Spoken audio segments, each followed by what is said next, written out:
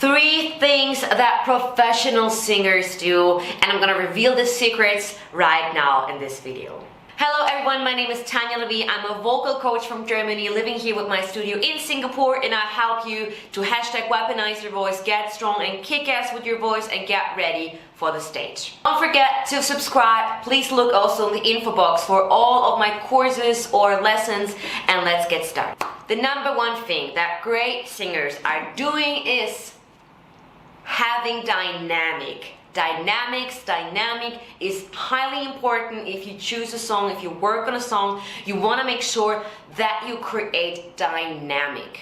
Now what we want to avoid at all costs is not being stiff, not sing a song monotone. Just because you can't hit the pitch, it doesn't mean that it should sound like this. Holy night, beautiful night,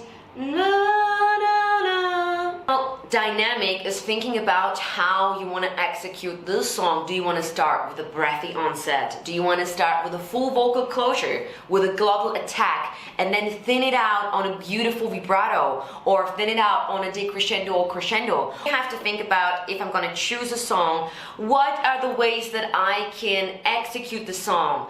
Am I doing a breathy onset and then, just thin it all out with a crescendo, decrescendo?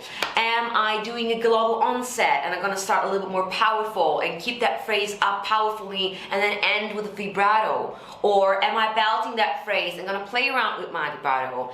Am I, starting a little bit earlier than the beat, or whatever do I do? What do I do with the tempo of the song?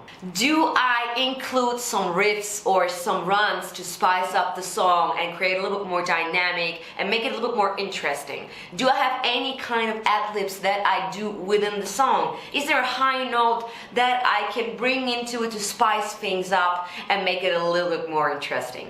Now, do I sing the whole song in my speaking voice and speech quality? Do I blend all the register, or do I crack intentionally like Sia? So you see, there are so many things that you can do, and if you think about those great stars like Sia that do intentional cracks, for example, and they switch between their speaking voice and 1, 2, 3, 1, 2, 3 drinks, and then they go into a really high glottal attack, and then they go on, I want to swing on the chandelier. So you see, they're just jumping within a whole range to get into that really high note. So they create dynamics to make it more interesting, make it more appealing, so it's not going to be monotone and stiff.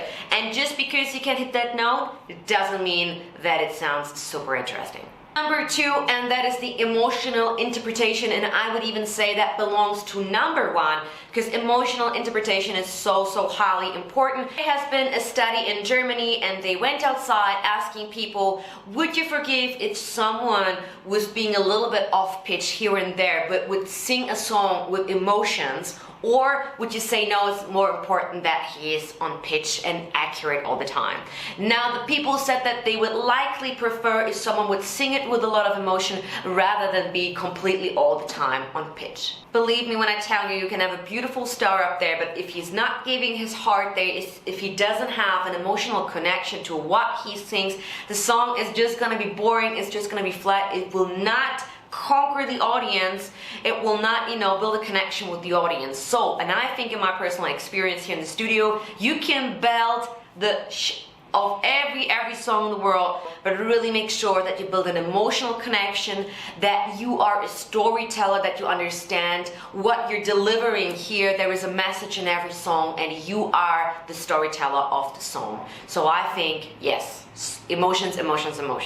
And number 3, I think it's super equal as all of the other topics, is having the right song. Well, let's say it like this: if you are a contralto like myself and you're gonna pick a song that is sung by Whitney Houston or Mariah Carey, where you have to whistle and you have to sing around in the upper register, you're gonna probably have a really hard time. Now, for everyone that is also a contralto like me, that is more comfortable in the lower registers, you will feel that it's going to be very difficult to sustain, sound beautifully, and go into a different range where you might not have your sweet spot up there. You want to make sure that the song represents your skills, your sweet spot, your comfortable spot where your singing voice likes to sit.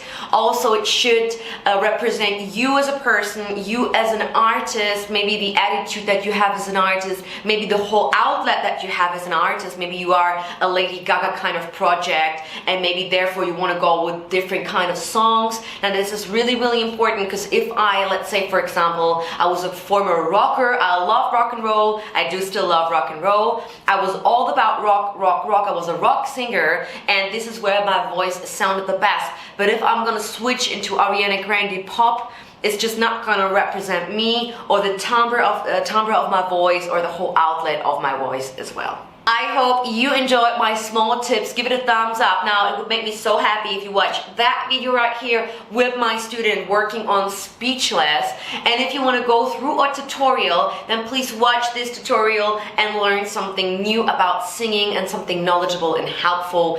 Please support me on Instagram, and I see you in my next video.